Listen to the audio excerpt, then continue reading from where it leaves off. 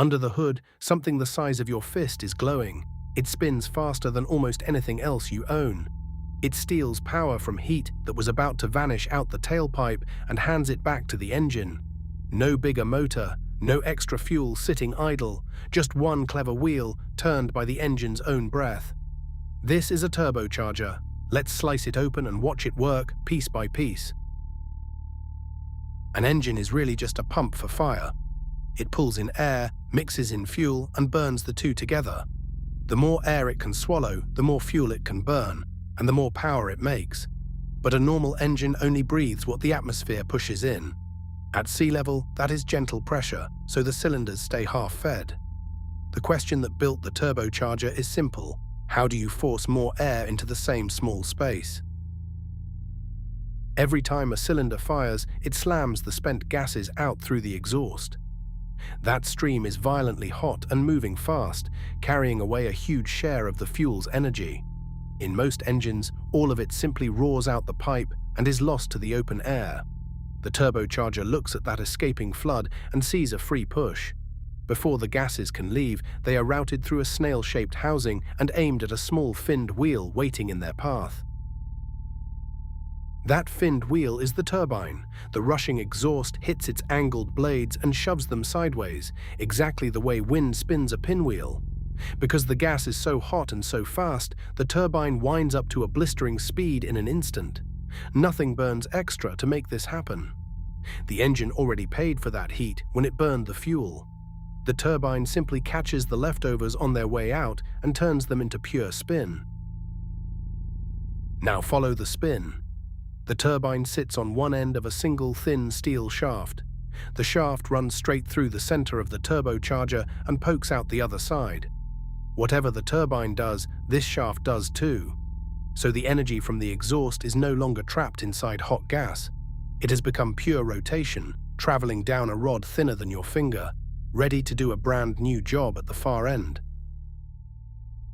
On that far end sits a second wheel, the compressor. As the shaft drives it, its curved blades grab fresh air and fling it outward by force.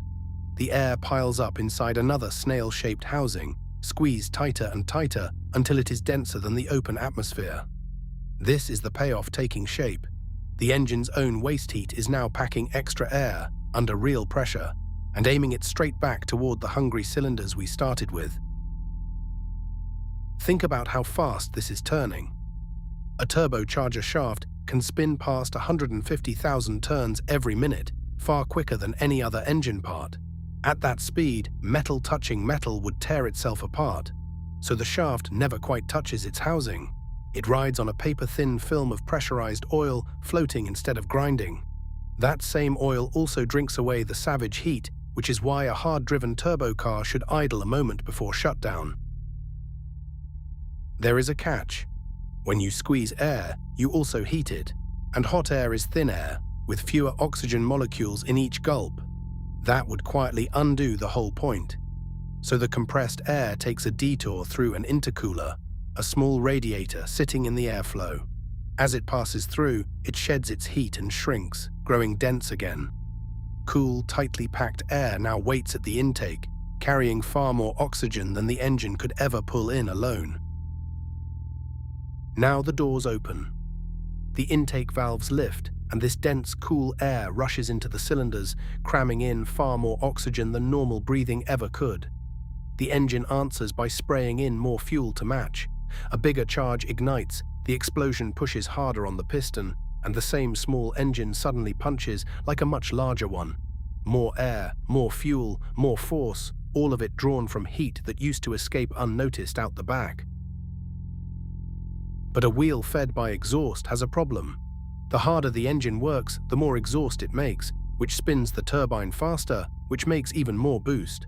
Left alone, it would feed itself until something finally burst. So a valve called the wastegate stands guard.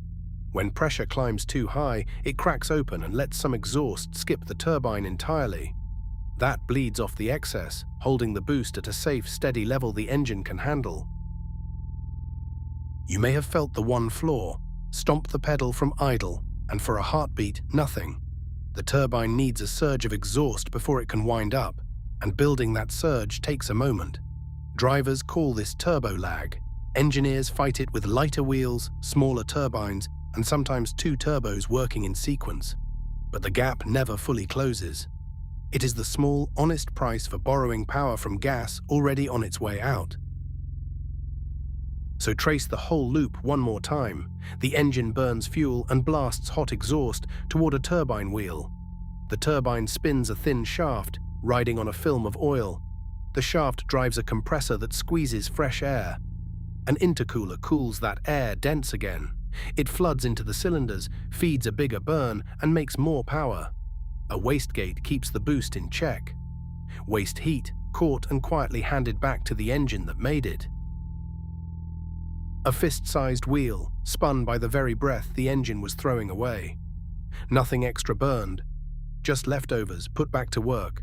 Next time you hear that soft rising whistle under hard acceleration, you will know it is the sound of waste turning into speed.